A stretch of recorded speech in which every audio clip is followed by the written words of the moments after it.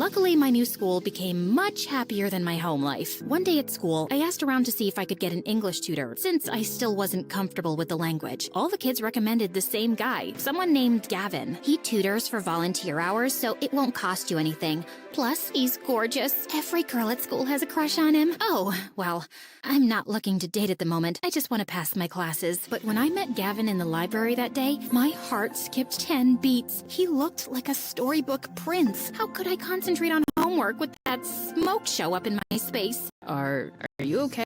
Your cheeks are bright red, and you look adorable. I do not look adorable. I mean, can we get to work, please? My homework's not going to do itself. We sat down to study, and I had to admit, Gavin was as brilliant as he was handsome. But when I started doing my math homework, he kept staring at me with his twinkling dark eyes, which made me nervous. So, are you free to go out this weekend? Excuse me? I don't want to go out at all. You're just here to tutor me. I know, but I can't fight my attraction for you. I've never believed in love at first sight, until now. Seriously? Does anyone fall for your cringy pickup lines? Face it, Ming. I'm smart, I'm funny, and I have great hair. You won't be able to resist me for long.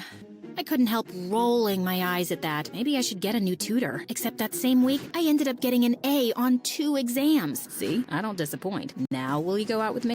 Just because you helped me get a good grade doesn't mean I owe you anything. Come on, just one date? With that, Gavin pulled out 2 tickets from his pocket. And holy crud, they were to a Sasha concert, my favorite singer. I've been saving these for someone special, Ming. Okay, I'll go. But only because I'm a huge Sasha fan. But this is not a date. The night of the concert, Gavin came to pick me up at 6. But the second Mom saw him, she looked furious and pulled me aside. Where do you think you're going with that boy? To Sasha's concert? I already told you I was going with a friend. Please, do you really expect me to believe Mr. Heartthrob here is just a friend? He'll break your heart, just like your father broke mine. You're not going to that concert. But Sasha's my favorite singer. And you and I both know Dad didn't do anything wrong. That comment made Mom I was so mad, I was shaking. Then suddenly, I heard a noise from my bedroom that was coming from the dog door. It was Gavin. Hey, I think I'm stuck. You're gonna have to give me a hand. Oh my God, are you trying to crawl into my room? Well, you want to go to that concert, don't you? You said you're a huge fan, and if you can fit through this door, you probably won't get caught. My heart fluttered as he smiled up at me. There wasn't any harm in going on a date with him, was there? So I crawled through my dog door and let Gavin drive me to the concert. But soon, we hit traffic and we're running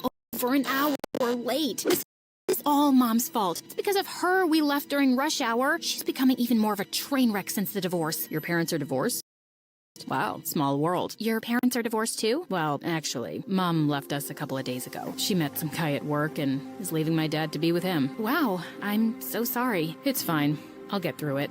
Gavin didn't seem like he wanted to talk about it anymore, so I turned on the radio. The concert was nearly over by the time we arrived, but Gavin had an idea. We're parked right above the stadium. If we just sit on my car, we'll have time to hear the last song. The last song was a slow one, and I closed my eyes, swaying my shoulders in the wind. I know your mom isn't perfect, but you sure are beautiful like her. Ugh, I hate it when people compare me to my mom. Can I be my own person? I'm more than just a pretty face. I know that. You also have pretty hair. I slapped him right then, and he leaned in for a kiss. I felt fireworks between us. Then suddenly, Gavin pulled away. No, I can't do this. What do you mean? I don't want to fall for you. I'm scared of getting hurt. I don't want what happened to my parents to happen to us. Dude, we're in high school.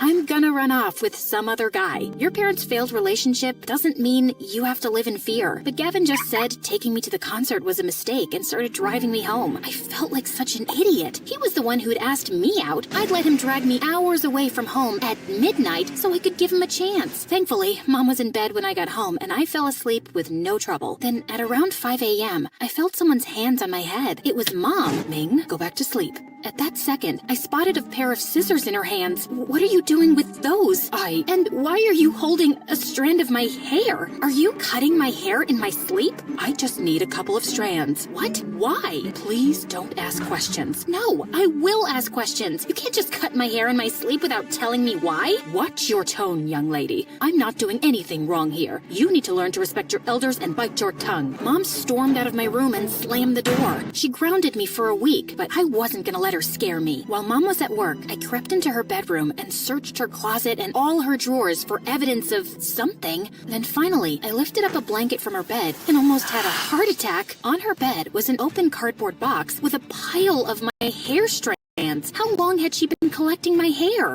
I wasn't sure what she was going to do with it, but I knew one thing for sure. I needed to get away from her. I thought about booking a flight to China to go back and live with Dad, except what if he didn't allow me to? The next day at school, I was in the library when suddenly I saw Gavin sitting across from me reading a book. Oh darn, I'd forgotten to cancel our tutoring sessions. Ming, hey. Hi, look, I won't be needing any more tutoring sessions. I'm moving back to China. Wait, what? You're leaving? Yes, and I don't know when I'll be back. You made the right choice not to kiss me at the concert. We would have both ended up hurt. Everyone I've ever been close to in my life has done me wrong or got separated from me. You were right to protect your heart, Gavin. He stared at me with sad eyes, and I couldn't bear being around him anymore. I went back to the house so I could secretly pack my bags and leave home. But that night, Mom knocked on my door. Do you have a minute? What's going on? What's in that box? Your 18th birthday is tomorrow, so I made you a present. Oh man, my birthday. I'd completely forgotten. What's this? You asked why I was collecting strands of your hair. Well, it was to make a quilt with something called dongtai hair embroidery. It's an old Chinese practice. You sew hair strands onto a piece of white silk. My grandmother started a tradition where a mother would embroider a piece, pass it down to their daughter, who would continue the work and keep working on it until it was finished. Then, the next daughter in line would receive the quilt as a gift. And that's you. I was shocked. Mom hated me. There was no reason she'd want me a part of any family tradition. I don't even remember the last time you gave me any presents, let alone something like this. Well, it's your 18th birthday, and it's an old family practice. My mother used to tell me, back when we were close, that she wanted me to continue it, and you are my daughter after all. Mom hugged me awkwardly, and I tried to feel happy. Maybe I didn't have to run away from home after all. My mother loved me. This was proof she loved me.